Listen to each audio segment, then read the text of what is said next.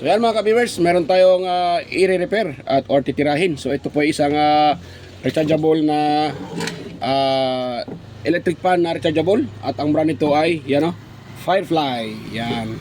So reklamo ng may-ari nito, hindi na nila ma-charge dahil dito sa kanyang pinaka-charging pin, yan, bungi na. Kaya hindi nila ma-charge. So ang gagawin ko dyan, tatanggalin ko ito, magpalit ako ng ito, C-type na charging pin. Dahil ito sa original ay yung pong tinatawag na micro USB charging port. So papalitan natin yan ng C-type dahil mayroon pa man ako ditong available na C-type. Ito, kuha tayo ng isa nito. At yan po ay ano ko dyan, i-tatap mga ka-idol. Mga ka-viewers, yan. So namali pa ako. Namali. So yan mga ka-viewers, ito yung ilalagay ko dyan na charging port. So kuha una-una at akin mo muna itong lagyan ng wire. Yan. So ang wire na gamitin ko dyan ay white at saka brown. So itong white na to, gray ba to? Brown, gray at saka white. Itong white, ito yung positive. Gagawin kong positive. Ito namang gray, ito yung gagawin kong negative supply. Ayan. So babalitan natin ito mga ka-viewers. So yan. Ngayon, lagyan natin siya ng mga ka-viewers, soldering lead. Walang tayo ng lead at natin siyang patakan para magkaroon niya ng para tao dyan, kakapit ka agad pag ating isusulda. Hirap magpaliwanag. Mas madali pa yung mag-repair mga ka-viewers. Madali yung mag-repair, ang hirap magpaliwanag. Kaya minsan ay nababas tayo dahil sinasabihan ako na ang dami ko daw sa chat. Hindi pa nga daw natapos, ang tagal daw matapos dahil daming chat. Totoo naman talaga dahil ang hirap talaga mag-explain. Nanti sa Rauman. Ang bird, nanti na din yung kuhan. Mike. Ha? Di ba natwag kay madam? Are, nanay kikon eda. Nanti sa Rau. Ati. Pakanta mo ka sila kasi ko pa naman pila kanta. Kaya ligay lang kay Popinsito. Iya hala siguro gil. Ay, ito pwede ba? Takanta da Roger. Pwede. Laki ka kilon. Pero naman po. Ara, hindi natasuna. Tasuna. Nakida apa. Pendo. Hey, ba't mingkil? Libre. Na! Hindi kita mata. Ay, kumakyagan ka. Bueno, wali may yero. Wireless. Ha? Wireless. So, ayan mga ka-viewers, dito maglagay tayo dito ng soldering lead dito sa kanyang positive. Ito may nakalagay dito, yan may nakalagay na V. Yan po ay nag-blurred ayan hindi pala kita bakit ito nag-blurred? Kagawang to cellphone na to ayaw mag-focus. Ayan yan yung may nakalagay na B. Pasensya na mga kabisa, ayaw mag-focus to cellphone ko ayan yan. Yung dito banda sa gilid, ito yung negative. Sa kabila naman ay dito yung positive. Dito naman sa kabila, ito itong mic G. Yan po yung ground or negative. So malagay tayo ng soldering lead dito mga ka-viewers. Ayaw mag-focus tong cellphone ko Timbarok na. Anong nangyari dito cellphone ko? Ayaw nang makinig. Ayaw nang focus. Ayaw mag-focus ayaw para mag-focus Ayaw focus mga ka-viewers. Naku po. Ayaw niya nag-focus. Naku tong cellphone na to, ayaw makisama. Ayaw niya makisama. Cellphone na to. Sige lang. Ganun natin dito. Tapos dito.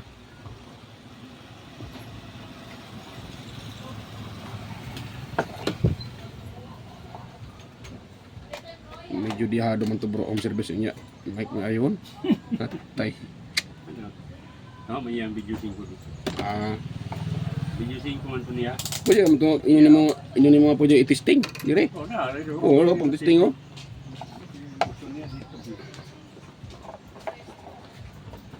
Ayan, so iano natin siya mga ka-viewers dito. Itong puti, ito yung gagawin nating positive. So putulan ko muna dahil medyo mahaba.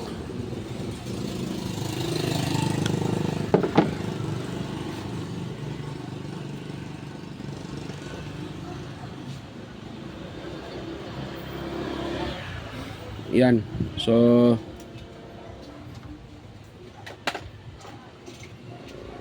yan mga kabersa, baka isipin nyo na kami ay naimili kami ng i-repair. So hindi po ganoon mga ka-viewers.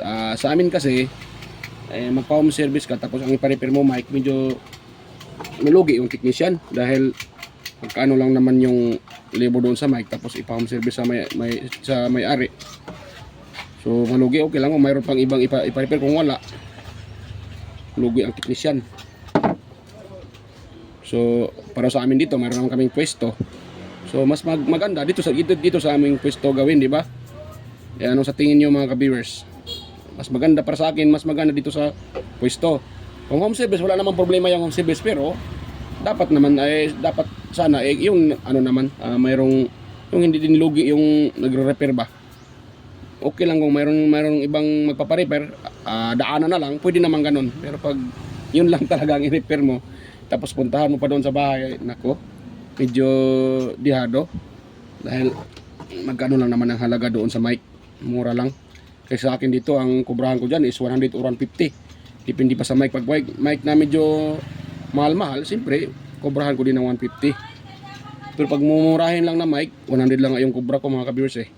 So pag yun ang home service mo, lugi ka dyan.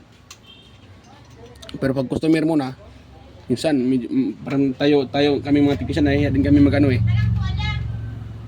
Oh, hindi na tuloy baki. Ha? Hindi na libaki. Iya. Kahit na ng mga edad. Laki mabaho. Minduili at pisa. Uni man dito ka sa madam. Sabi, ano lang muna ko. Hindi mo na complete. Akil Ele sa kinakomponel ko. akil alya undi ko na okay lang to akil pati dito yung marido. Anak ko. May number ya. Iayo na mo yan. Kambya mo na SIM Amplifier. card. Dapat ka number. Dapat mahalo may cellphone na. Kaya nagkakap ko na siya. Maharap pinag po ito. Ano na okay, nga? iyo. Di. Lawayan si madam. So yan mga ka-viewers, ito na po yung yung nilagay ko na ginawa kong wire. Nilagyan ko siya ng wire. Ay, ito mag-focus sa cellphone ko Ano nangyari dito? Yan. Ay, mag-focus. Hindi naman siya naka-zoom. Yan o. Hindi naman naka-zoom mga ka-viewers. Kagwang to cellphone na to. Ayaw mag-focus Yan. Iangat natin yung niya. Ayun. Medyo na. Hindi din sobrahan sa anong tawag dyan. Ayan. So hindi ko na ipakita, ayaw yung mag-focus. Hindi natin pwedeng pilitin. Kagwang to cellphone na to. Ayaw na magpaano Yan. So ngayon, ang gagawin ko naman dito, ito ay bubutasan ko muna mga kabirsa. Pause ko muna. Balikan ko na lang kayo pag ito ay nilagay ko na dito. Dito. Or dyan ba, or magbutas ako ng iba. So try ko lang dito, baka pwede siya dito. Pero bago yan, ito tatanggalin ko muna itong ano na yan, pinaka-charging port na yan. So yan, stay tuned na po mga kabiyers, i-pause ko muna sandali. At balikan ko lang kayo pag ito ay nalagyan ko na ng nalagay ko na dyan. So yan mga kabiyers, tapos ko na pong ma-assemble. Yan pakita ko sa inyo. Ayan tapos ko nang ma-symbol at tinanggal ko yung kanyang, sana yung kanyang nawala pa ata yung kanyang yan, nawala mga kabers yung kanyang pin at tinanggal ko. Ang aso na to, maingay, nawala mga kabers, nawala yung kanyang pin. Siguro na ko yun, nawala. So okay lang, ang importante napalitan ko siya. So testing natin to mga ka-viewers. Tingnan na po siya yan So hindi ko muna siya nilagyan ng screw Nagaron na siya. Umaya ko na ilagyan ng screw. Pakita ko lang sa inyo na yan po ay na magcha-charge na. Kung tingnan niyo dito walang ilaw, di ba? So itry natin to, isalpak. Tingnan natin kung mag-iilaw red, kukulay red ba yan or may ilaw. Yan nagkukulay parang orange ba yan? Orange, hindi siya red. Kakaiba yung pagka-red niya, parang orange ata. Ayan oh. Kulay orange. Ayan, di ba? Hindi siya red. Kundi orange yung kulay. Baka magsabi dyan na kulay red yan. Hindi yan kulay red. Orange yan, no? Yan, oh. Oh. Kulay orange yan. Yung ilaw niya, hindi yan red. Bro, tanong niyo, bro. Orange, red. So, pag tanong niyo mo, orange siya o red? Orange, no? Oh, orange nga. Yan, oh. So, orange. Orange siya, mga ka-viewers, oh. Yan, orange, kulay orange. So, ibig sabihin, nagcha-charge na siya. So, ngayon, i-gano natin. Tanggalin natin uli. Oh, nawala yung ilaw, di ba? Dahil tinanggal ko. Ito naman, baliktaran, magkakarga yan. Dahil yan po ay Type-C. So, yan. Yan, oh. Kung saan mag-charge, dyan ko pa rin nilagay. Yan, oh. Binawasan ko lang yung gilid dahil pag hindi ko siya babawasan, hindi magkasya dito. Di ba? Tulad dito, you know, may tornilyuhan. So, ang ginawa ko dito para magkasya, binawasan ko yung may nakalagay na tornilyuhan. Dahil dinidikit ko lang to ng ng shoe glue para hindi matanggal. Dinikit ko siya ng shoe glue. So, hindi talaga mabubunot yan. Kahit silalim, dinikit ko rin yan, mga ka-viewers. Yan ang ginagawa ko. Pero kung sakaling gusto nyo ng screw, itong isa, pwede nyo lagyan ito ng screw. Yan. Kahit yung isa, lagyan nyo, pwede na nga yan eh. Hindi naman mahatak yan. Dahil marami na akong na-repair na ganito na hindi naman nahatak. Yan. So ngayon, charge natin siya ng ilang minuto at paanda rin natin kung ito'y nagana. So ayan, ganun ko dito. So try natin siyang baliktaran i-charge ha. Ayan o, umilaw yung kanyang ilaw, di ba? Ayan o, nagkukulay orange. Ngayon, ganun ko siya o. Yan, dinidemo ko lang sa inyo mga ka-viewers. Oh, tanggalin ha. Ayan o, iba na ganun. So, iganon natin siya. Yan, iganon natin. Ating baliktarin. Oh, para maniwala yung iba dyan na ito, nag-charge kahit baliktaran. Ayan, oh. Oh. Yan. Sa mga Type-C na, sa mga micro USB na mga charger, pag nabaliktad nyo, hindi nga siya mag-charge. Pero, ang resulta dyan, masisira yung charging port. Dahil, siyempre, isipin natin na hindi bumasok dahil pag charge nyo ay hindi naman siya naipasok.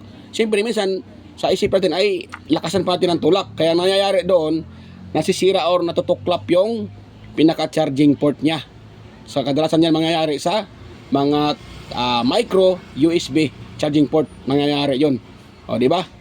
Katulad ng mga Bluetooth speaker na mga ganun ang ginagamit. So ngayon naman talaga ay nag-upgrade na sila. So minsan ang ginagamit nila ngayon ay Type-C na. Ganito na siya o ganito. Ganito na Type-C na mga ka-viewers, ganyan ang ginagamit na dito. Sa mga bagong labas ngayon na ganito, emergency light at saka Bluetooth speaker, yan, ganito na yung ginagamit nila. You know, Type-C na. So kaya kahit baliktaran yan, magcha-charge yan mga ka-viewers. Ayan o. Pwede na itong mapagana niya. Ayan o, gumagana na. O, nagkulay-kulay blue. O, green. So number 2. Number 3, parang, iwan ko, anong klaseng blue yan. Parang white na blue. Ayan o. Yun yung number 3. Tapos ilaw niya, ayun yung ilaw. O, namamatay o. Off. Ilaw. Mahina. Ayun na palang malakas eh. Yan, malakas na yan. Tapos hinaan natin. O, nag-minor. Yan, goods na mga ka-viewers. Yan. So, hanggang dito lang po yung aking explanation. O, kung sana kung mayroon kayong nakuha ang kunting idea, sana wag kalimutang mag-like, mag-share at mag-subscribe mga ka-viewers. Yan, at salamat po sa inyong panonood sa aking maliit na sa aking video. So yan, kita-kita na lang tayo sa next kong mga uploads. So yan, bye-bye po mga ka-viewers.